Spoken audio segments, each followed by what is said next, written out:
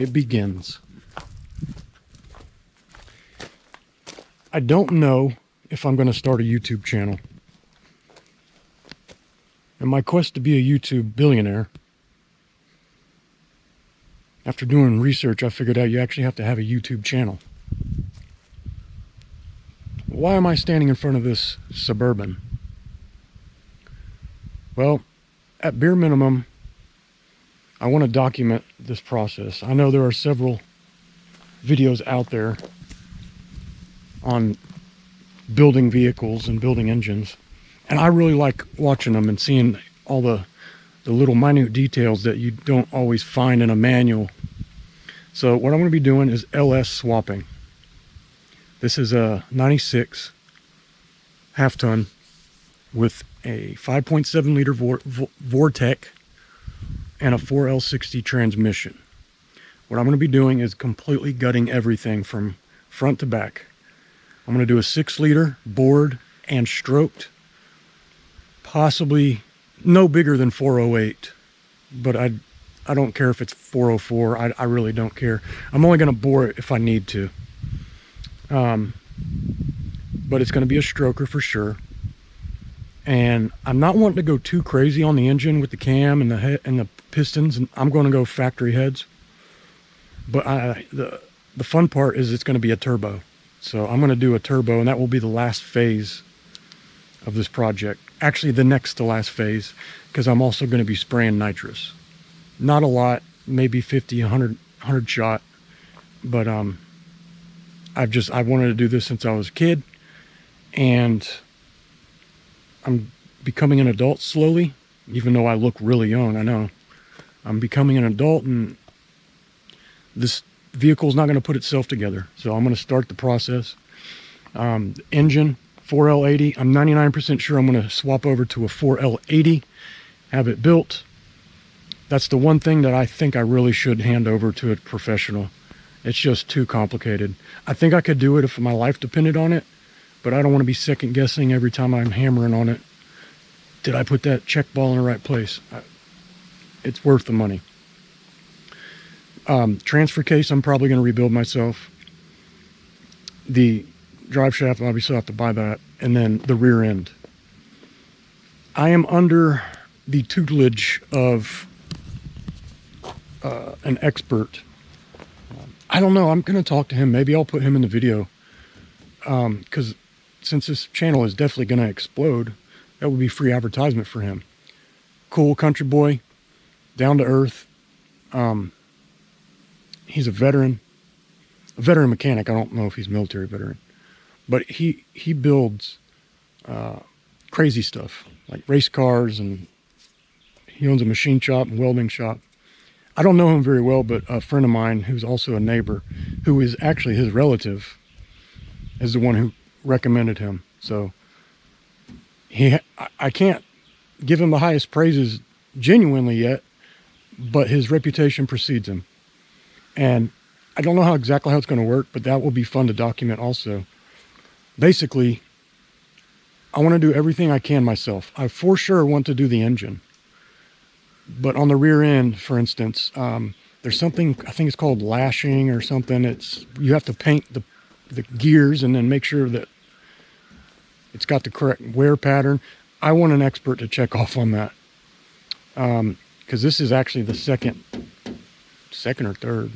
rear end in the Suburban, and it's stock. It's probably not even 250 horsepower, and it actually broke when I wasn't even on it. I think it had something to do with the posi track locking up on me, and then just shattered the rear end. It came out of the diff cover and drained fluid everywhere, going 2 miles an hour, pulling out of a parking spot. I was still in the parking lot. So there was something that was going to go regardless if I was hammering on it or not. That is, actually, you know what? I forgot. We did talk about the rear end. From what I read, a 10 bolt is pretty good. Like, you have to build them, but they're not as bad as the older ones used to be. The 8.5 inch is good.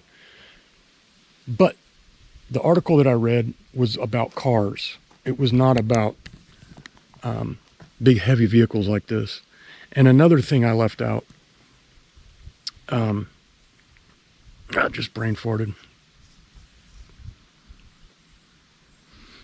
Oh yeah, so the part I left out was I'm aiming for bare minimum 500 horsepower on the ground.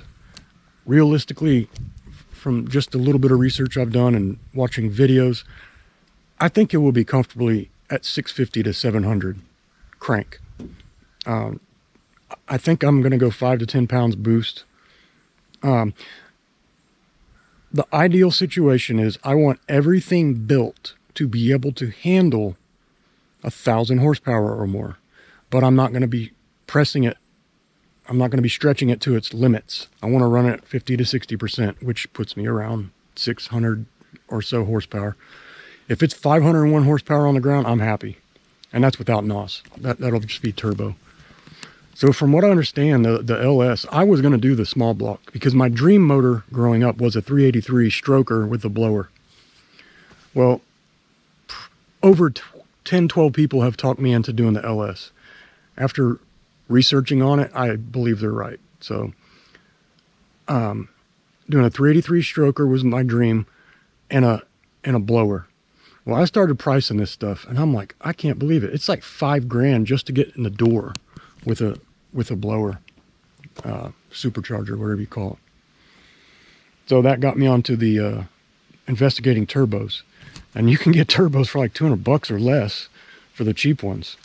So anyway, my dream motor, 383 stroker with a supercharger, turned into an LS with turbo.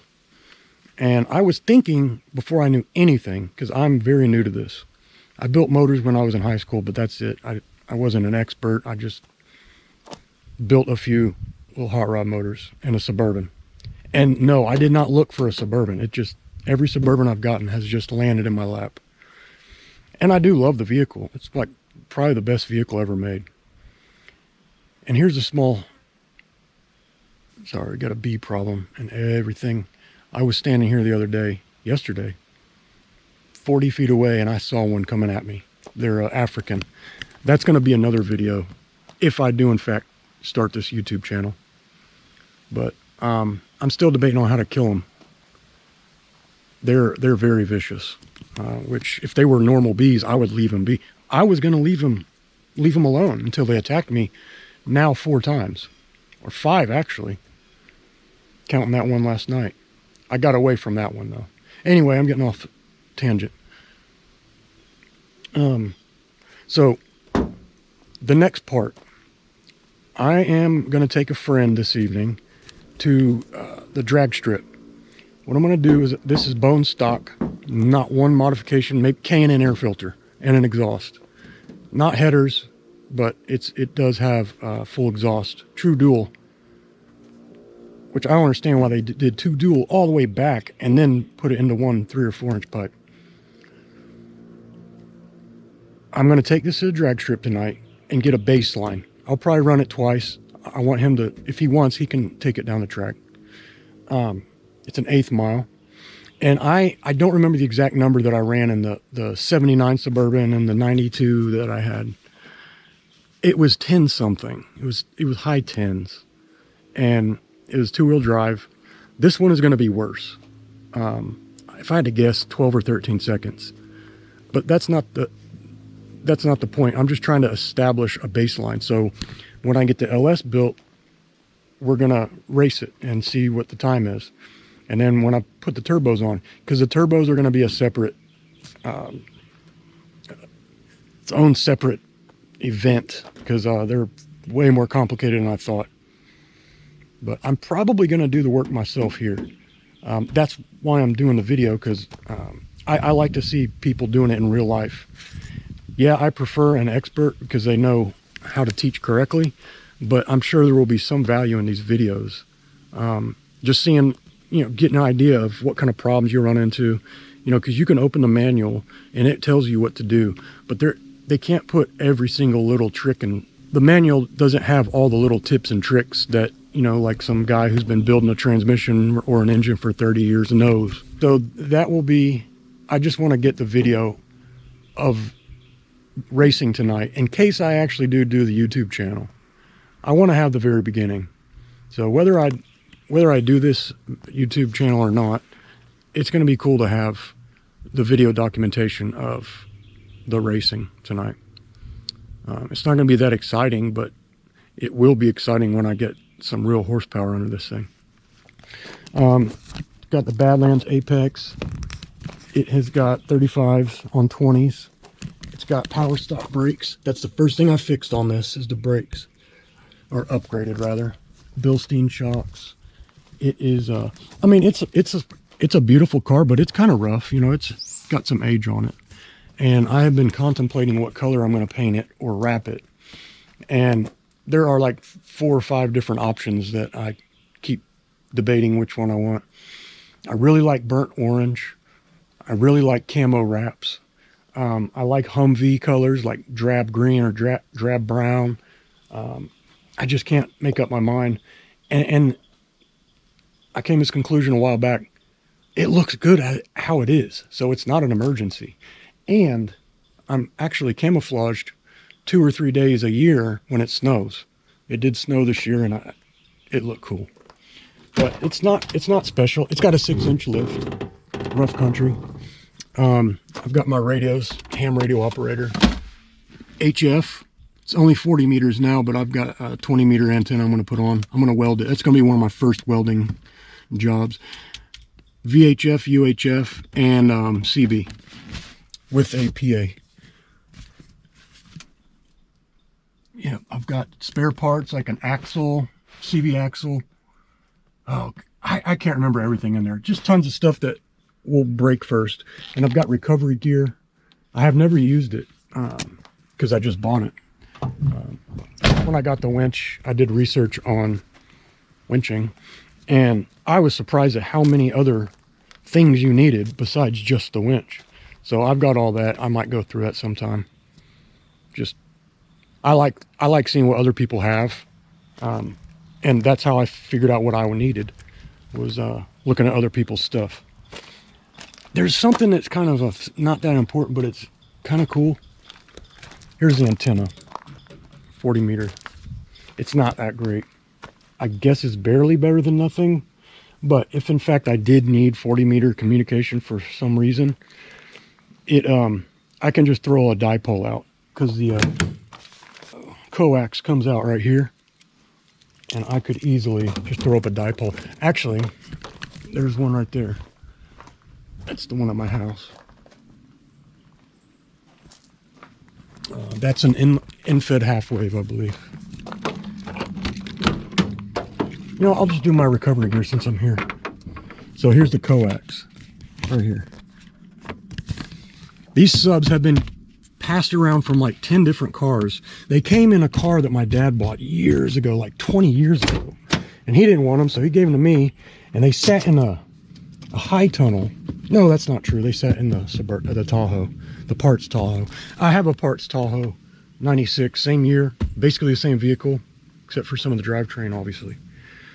So that's kind of the hard part. That's the hard pill to swallow, doing the LS swap. One of the reasons I want to do the 350 is I have a spare engine. And technically I still do have a spare engine, but I really like having parts that, replacement parts off a matching vehicle. I cannot believe how much just sensors and plugs and little knickknacks that I have had to replace on this 96 Suburban with 285,000 miles. That has 185. I have saved thousands and thousands of dollars. Map sensor this, EGR that. Just, I had no idea that modern cars had so much junk on them. Modern, it's a 96. I grew up driving old cars. And that's another side note. I was this close, and I still am that close, to doing carbureted. I really hate all the, especially this year. Then I think at 96 was the first year they did it. I think it's called spider injection or something like that. It's just ridiculously over-engineered. It's a pain. And I don't think they used it for long. But basically, luck of the draw, I got the worst possible years.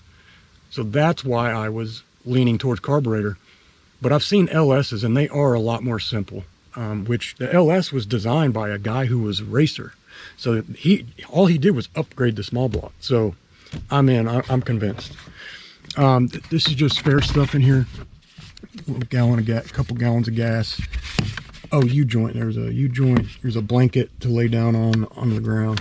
Just fluids, hose clamps, just kind of emergency type stuff. This is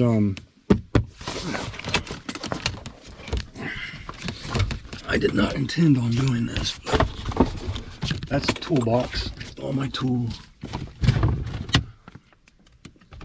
Yeah, jumper cables, straps, tire kits, ratchet set right there. That shovel for digging. This thing has been the biggest pain. And these are traction boards. Oh, and I also have a spare tire. These are the original ones I bought. High lift jack, which I really hate. Yeah, so I have a legit spare tire.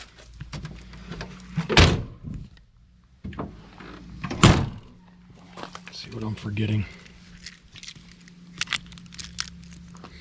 Yeah, that's just an overview of the vehicle. It's here's in my opinion, all Suburbans stock look bad.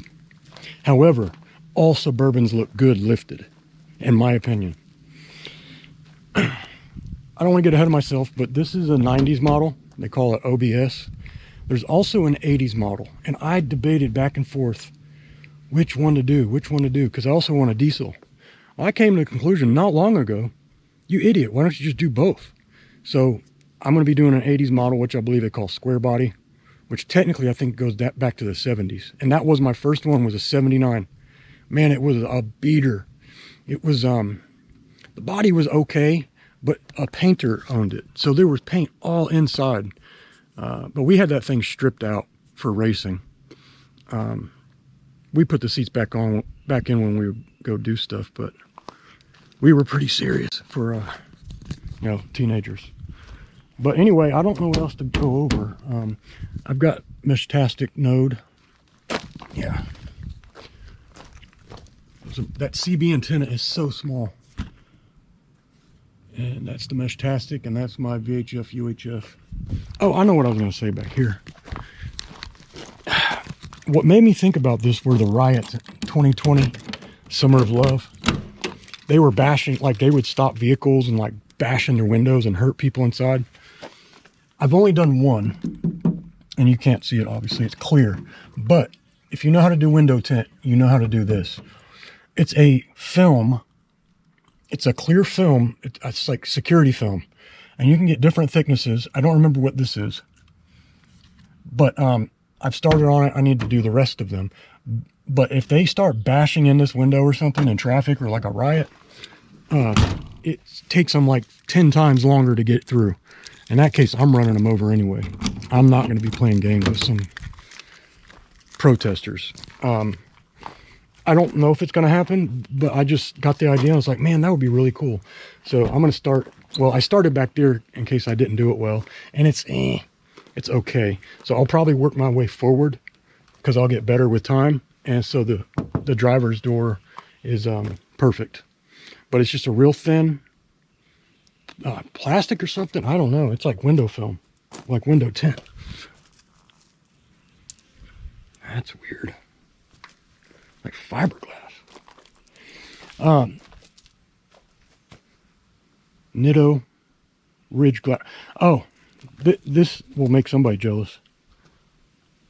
Nitto ridge grapplers on fuel rims. After some negotiating at the tire shop, I got them both tires and rims for $1,150. I came home and typed in the exact stuff and factored in shipping. I don't even think I factored in tax. It was over $4,000 delivered. And that's not even including taking it to a shop to have them mounted. So you get the point. I got them for like 25%. Now, granted, they've only got a couple years more of tread, but I don't drive that much. So that's easily 2 more years of tire. I didn't have a script. I didn't even really have any idea what I wanted to say. I just wanted to get this video started. So yeah, I might. The thing that's holding me back from committing to doing the channel, I've done some other editing with Final Cut, and it's starting, I think it might be my computer's RAM, which I might just have to buy a new computer. But it is crashing. Like, I haven't totally lost projects yet, but I have been towards the end of it, and they're not even long videos, like 10-15 minutes, and it just won't process. It gives me that color, the rainbow wheel of death, I believe. And I don't really want to cough up like $2,500 for a new computer. So that's, if you don't see this video, that's why. All right. Oh, I'll be doing stuff like this to help people out. I do want to show you this. So when I got this Suburban years ago, it sat for a couple of years because I just didn't want to deal with it. And then when the Tahoe rolled over, see, the Tahoe, I like the way the Tahoe drives better. It feels more like a car, more nimble, and it's quick. I know the guy had to do something to the engine. But anyway, I rolled over in a rain at hydroplane and flipped over and hit a very expensive mailbox in the middle of the country. Wide open country road, and the one friggin' expensive mailbox, I hit it.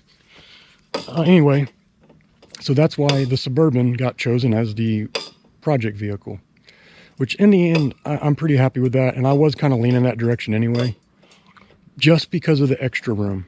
Like is it Outlander or Overlander? I think Overlander is the word. I like that theme. I like the idea of being able to travel and live out of your vehicle. But that's how I ended up with this versus the Tahoe. I drove it at night, and the lights were so foggy, so oxidized. I literally could not. I have really good vision, and at night too. I literally could not see the road like 100 feet in front of me because the lights were so dim. Well, after a long process of buffing it out and getting those kits, it just, I mean, it made it smoother, but it didn't really fix it. I think I bought actually 2 different kits too, because the first one didn't do it, the second one didn't do it. This guy at O'Reilly's, dude, shout out to Dan. He is the best parts guy. He actually knows things. He has helped me out probably 24 times. I thought he had quit or moved on because I hadn't seen him for a while, but he had some family issues, and I literally didn't see him for like a year or so, and I was so happy to find out that he was still working there. And this was like maybe a month or 2 ago.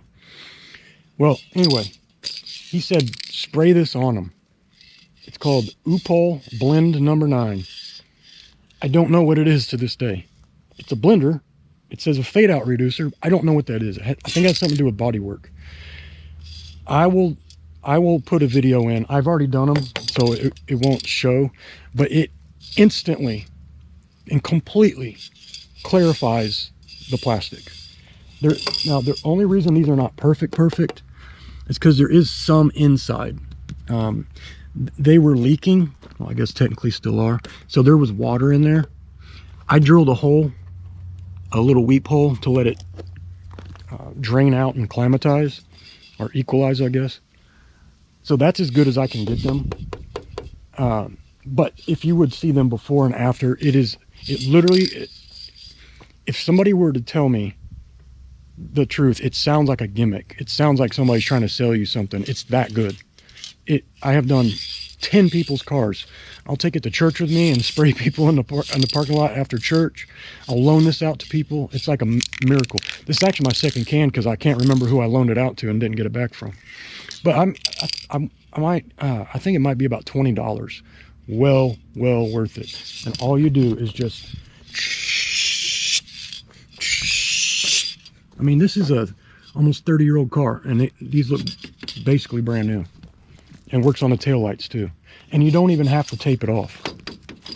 I did the first time because I was nervous about screwing up the paint, but the last time I did it, which was a couple weeks ago, I just sprayed it on there and it clarified it immediately.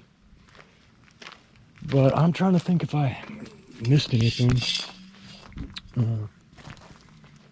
Oh, one thing I am going to do, and I'm going to wait to get the turbos to see what works best, but I really like the louvers, like one here and one there maybe.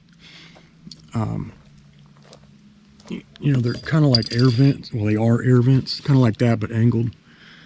I'm a little apprehensive because I don't want raining on my engine, but I see so many people with way more expensive engines than I'll have doing it. So I guess it's, I mean, I guess when you're driving in the rain, the water goes in anyway. But, oh, one thing I left off on this. This is a good feature. It's a long story, but basically I found from U-Haul, got a brand new trailer hitch for the front of this exact model. So I have a trailer hitch on the front. This is like 90, 100 bucks. The cradle that I got at Harbor Freight, and I hate Harbor Freight. This is the worst retail experience I've ever had in my life. Actually, I am going to do this. I was getting these projects lined up, planning on what I'm going to be doing. Welder, winch, all these tools and equipment that I'm still going to need to buy for the rebuild. I was literally excited like a kid to go to Harbor Freight. So I joined their inside track club and something else. But anyway, the point is I was really pumped about Harbor Freight. And 3 different stores. It was the worst experience I've ever had. I don't really want to go into it right now because I'm in a good mood. But it was the worst. The first one was bad. I went to a whole different store thinking, hey, every chain has a bad store. It was the same crap at the one clear on the other side of town. And then the third one, it was awful. So they have a systemic problem at Harbor Freight, and I cannot stand them. I like the concept, but their personnel are worthless. So I'm not going to say anything else. Woo-saw. Let me reset. So I was pumped about spending thousands and thousands of dollars at Harbor Freight, and it completely ruined the experience. I only go there when I have to. So that brings me back to this winch. That was like 90 bucks, the mount, the cradle. This is MSRP is like 600. I think I got it for 480 because I had coupons and stuff. It's a synthetic. I made this cover for UV, not water. That's the synthetic cable, and this is just cardboard with Gorilla Tape, just to keep the light off of it. It's a 12,000. But the point is, it's on there with the trailer hitch, and I did buy the lock. But I can unplug it. Man, I don't want to undo this, but I got to, I guess, for the video. These were kind of a pain just to get and figure out in the first place. They're huge Anderson power poles. I think they're 350 amp. And basically, when I don't know if I'm going to leave the hitch on for long. I've just left it on for a couple months while I'm testing out to see how it drives and everything. But if I need it in the back, I can take it and put it in the rear trailer hitch. I ran 20-foot jumper cables all the way back underneath the frame, and it's zip tied and secured, but all the way back, so I can take this off and throw it on the back literally in like a couple minutes. It was a pain, but do it once. Oh, come on. That's why I was reluctant to pull it out. And I'm ripping the plastic. Cut.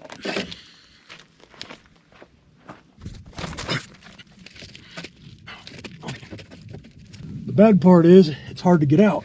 The good part is it's hard to get out. Yeah, it's just tucked up under the bumper. Quite well, if you noticed.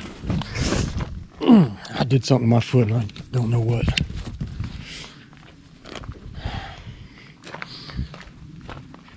All right, well, I guess that's the end of the video. I can't think of anything else. This is unbelievable traffic. Look at that. Unreal. Well, we're on our way. Well, I am on my way to pick up my buddy. I don't know if he wants to be on video or not. I don't want to say anything about him, but he doesn't like, he's pretty big on privacy. So I'll talk with him. Yeah, I'll leave it at that. I'll talk with him and see if he wants to be on it. Because, again, I don't know if I'm going to even do a channel. But, all right, I just want to get a snapshot of this traffic. It's ridiculous. I've had like 6 cycles at this red light, and it's green for like 15-20 seconds. It's unbelievable on a major US highway. All right, I'm done.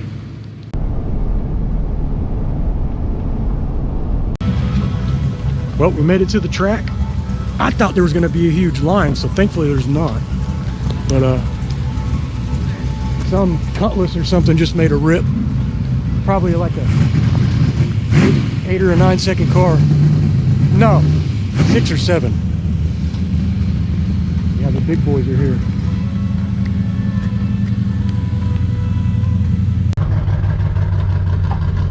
Oh, beautiful. Aluminum block. Oh wait, no, aluminum head. It's a dark block. Man, that is so gorgeous. Paid about $11.50.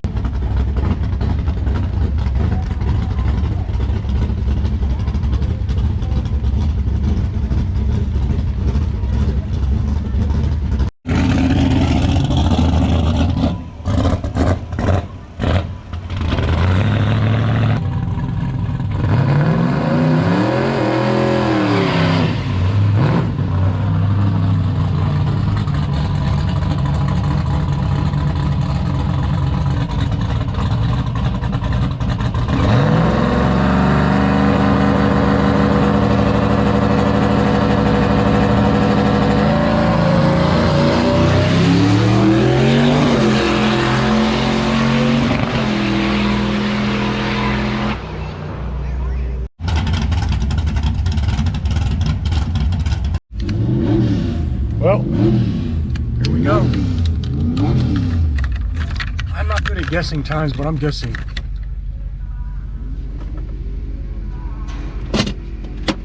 "14 seconds maybe?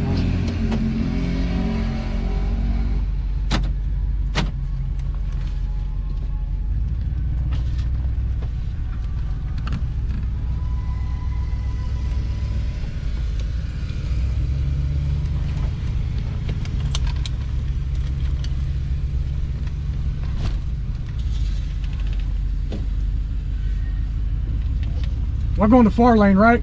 Yeah.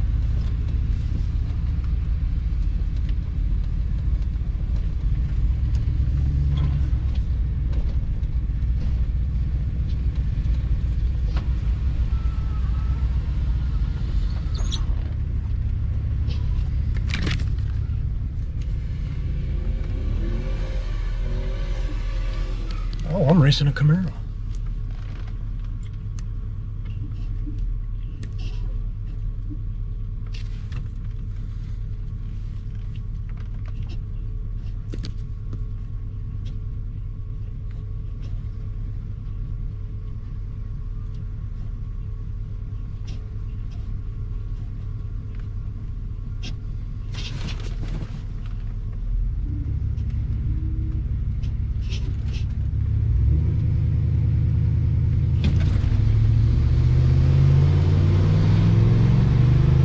We're off.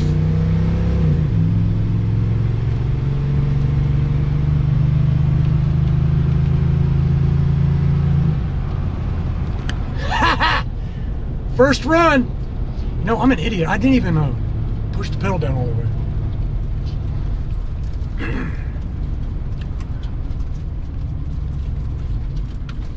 Cool, I got to race somebody. I mean, I didn't think I'd have a chance. It's a brand new Camaro. I can't wait to see the time slip. If he's 9, man, I was actually a little quicker. So 9, 10, 11, 12, maybe 12.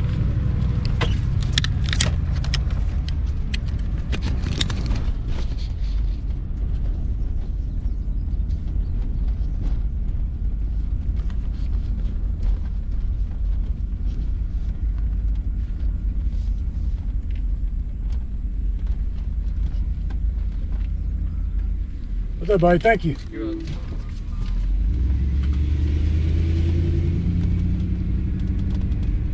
$13 too.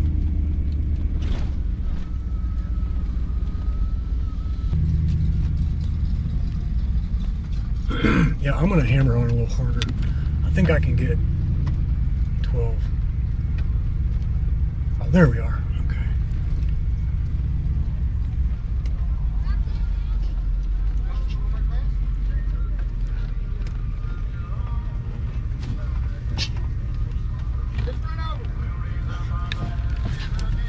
I just cleaned the wheels.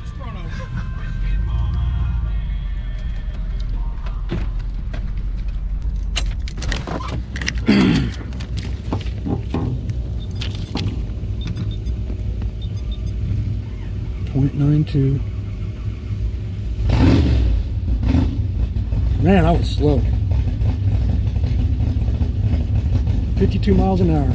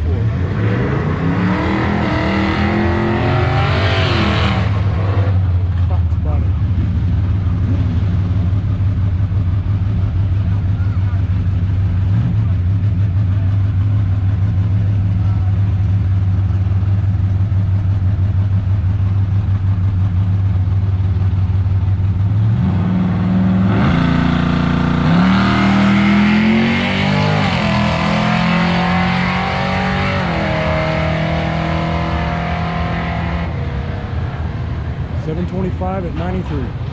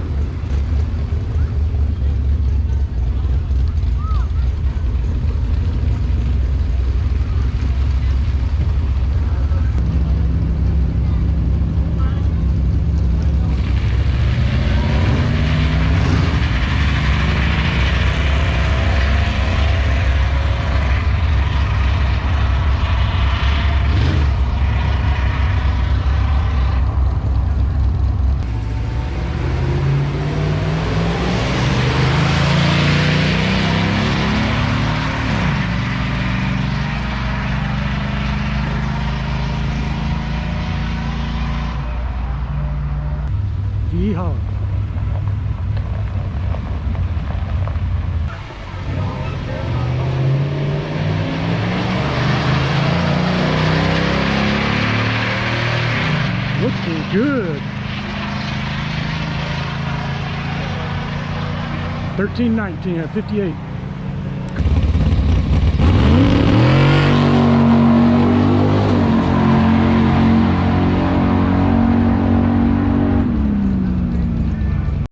Look at this guy, how reckless he is. Maybe they...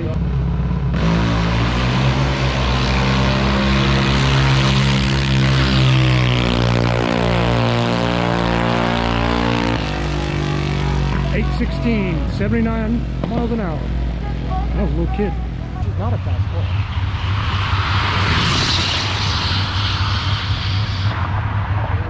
Six 650.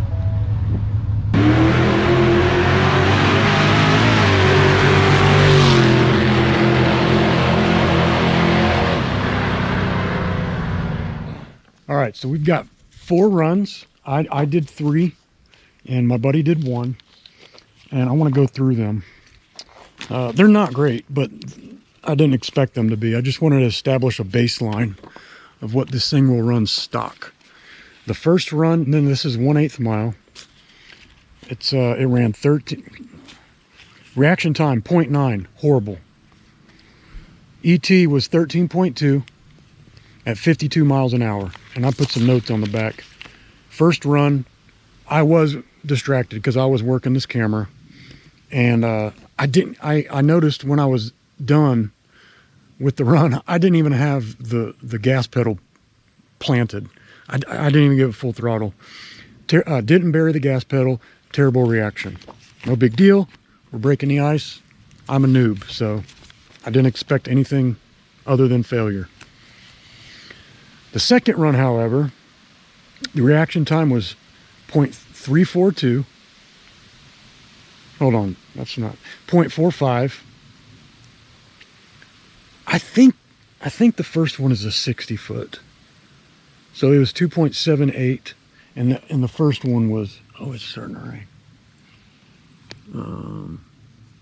3.0.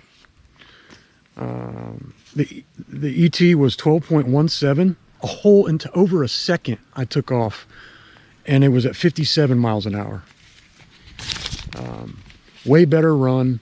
Pedal was down finally. I pushed the pedal all the way to the ground that time. And the reason I didn't is because this car's got almost 300,000 miles on it. I never floor it because I'm trying to take it easy on her and you know, make it last until I get the LS built.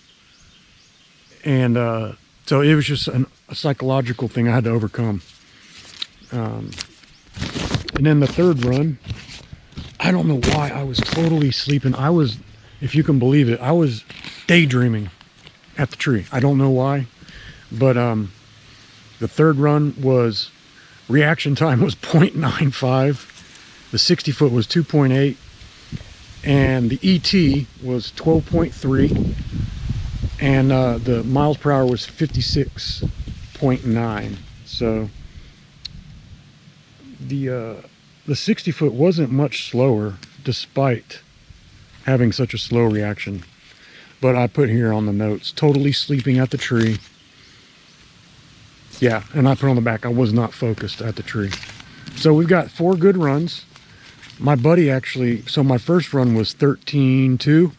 I think he ran a 12 something. So who was never, I don't think he's ever drag raced, and he's never even driven this car.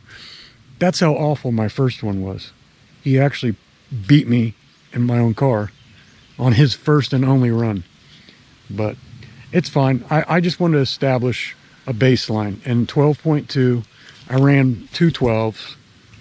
See a 12.1 and a 12.3. So yeah, 12.2 average. So that's what a bone stock 4x4 jacked up knobby tires, heavy tires, will run on an 1/8 mile. And I got thinking, when I was young and I built motors,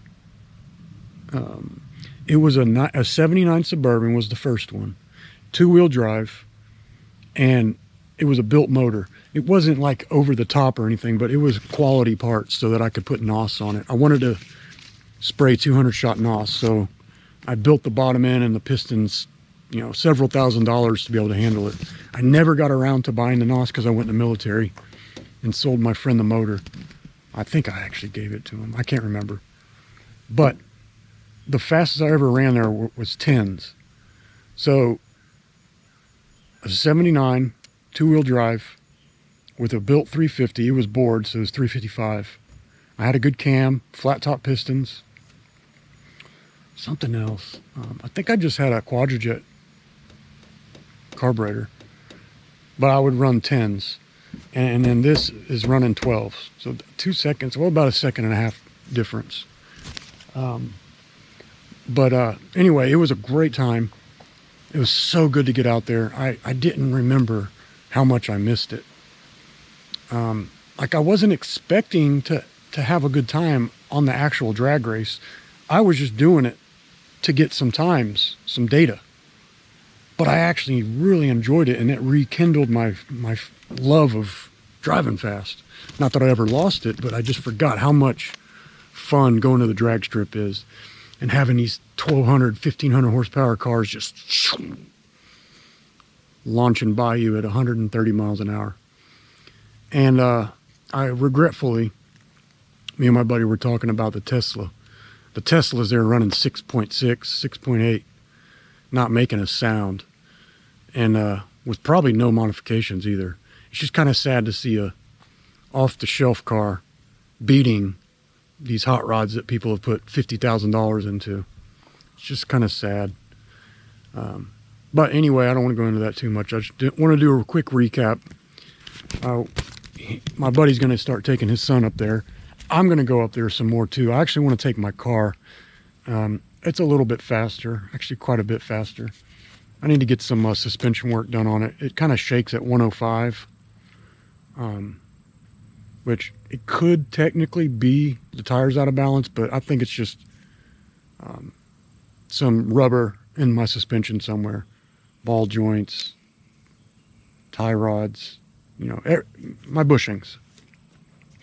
All right, so that's a recap of the race. Oh, and I actually did get to race a Camaro. I think he ran 9s. 9.9 or I think. Actually, wait, it's on here. 9.6. Yeah, the first race, it was an actual race. So he's way more experienced. Obviously, got a 0.17 reaction time. He ran 78 miles an hour, where I ran 52.